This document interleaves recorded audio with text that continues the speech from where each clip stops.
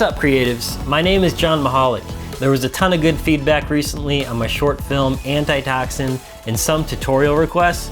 I wanted to make a quick crash course behind the scenes video. Disclaimer, crash course. If you like this breakdown and find it useful, I ask that you'll check out our website and follow us on Instagram, Clothing for Creatives. We have a ton of awesome custom tee designs, like this filmmaker tee, and a lot of custom hat designs.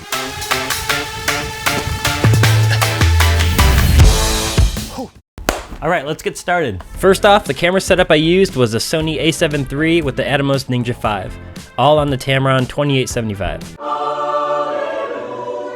Most of the intro was shot 4K, 24 frames a second, and the rest of the action scenes were 120 frames per second, 1080p. This way, if I needed to use more frames in the action scenes, I had that option.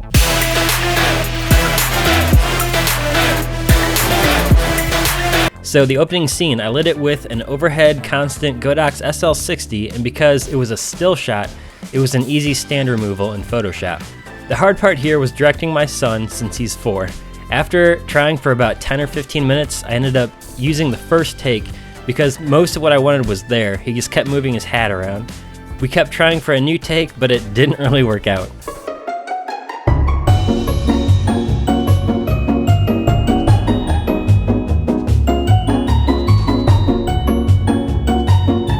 Shots like this were handheld in 120 FPS, so when I slowed it down, it looked much smoother, like on a gimbal. The laser flare part, I used Video Copilot's optical flares and tracked a null object frame by frame to the end of the gun, then just parented its position to the null. Also, I keyframed the fast blur effect to match the shot going in and out of focus, and that's pretty much it.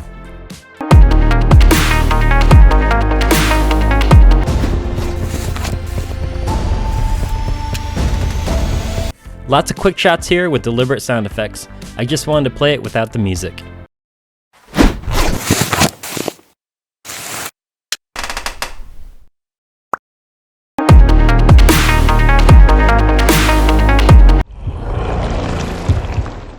Within After Effects, they have a free 3D camera tracker. You can either search for it here or right-click your footage, track and stabilize and select Track Camera. After it's done analyzing, you get all these points in 3D space. Once it's done, I just select a basic area around a few points and create a null object. This is now our point tracked in space. Next, I use Video Copilot's Element 3D for the monster.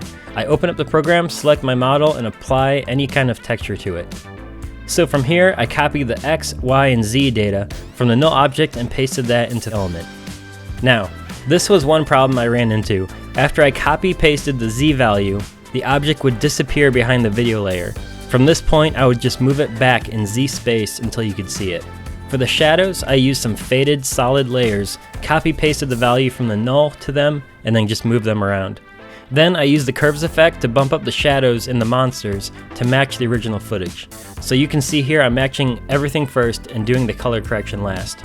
Then I copied my original footage and took a few minutes to rotoscope over my son and the pole in the corner.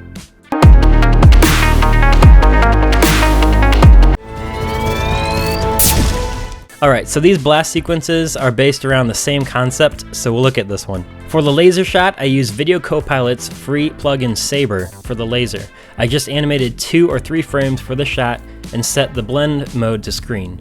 There's a ton of awesome presets to choose from. Again, track your scene, add your null object. Then after you import your 3D object, all you do is parent these overlay elements to the null object in your scene.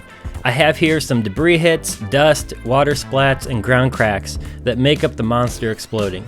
You can get these elements from awesome resources like actionvfx.com or videocopilot.net, just to name a few. For some of the smoke, I used Red Giant Software's Particular. Each compositing element needed some color tweaking to match the original footage. I had to match the shadows so it was more believable to the scene. And last, I added some camera shake because I wanted the viewer to really feel the impact of the shot.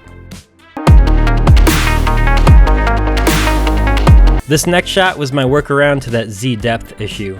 Because the monster is essentially just a sphere, all I did was pre-comp it, add some rotation in the composition, and then use that flat layer as my element. This way it didn't disappear when I put it that far back in Z space.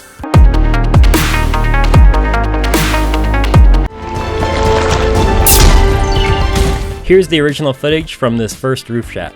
All I did here was manually track this corner of the house, and then I linked the 3D pre-comp to the null object. When the camera zooms in, I just had to scale up the object to make it look the same shape. And then I just used the roto brush in the sky, which ended up for a super easy rotoscope. Here I tracked Trapcode Particular to the roof and animated the spinning out of control monster as a pre-composition. I linked the monster to this ground null that I tracked to this mailbox. Then I added a few live elements for impact and also linked these to the ground null. And then I just used curves to match the flat look of the footage. Next, I did a 3D tracker and applied these pre-comped elements to the scene. Most of these are set to the screen blend mode. Also, I just added a simple red solid and turned the blend mode to classic difference to give it a first person look.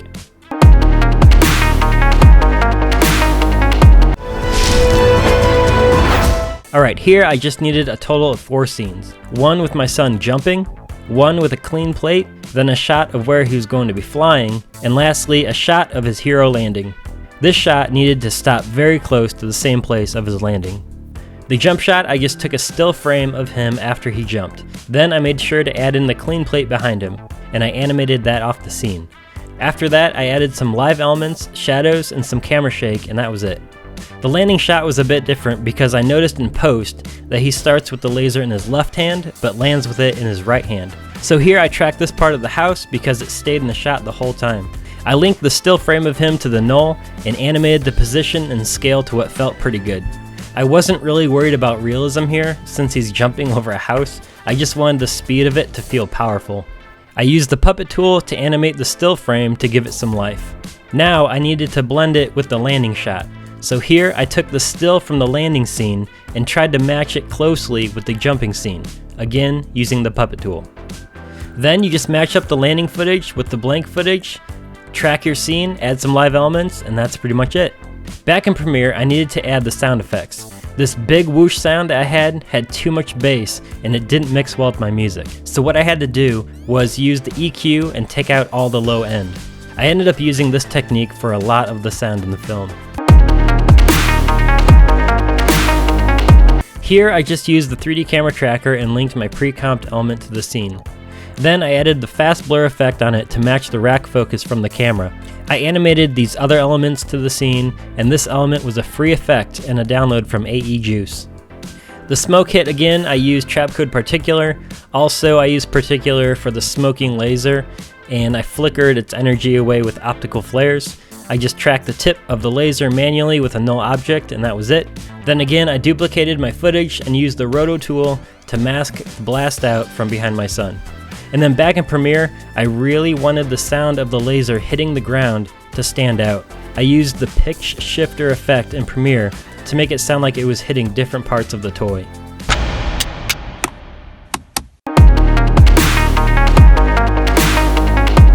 For coloring, I used Lumetri.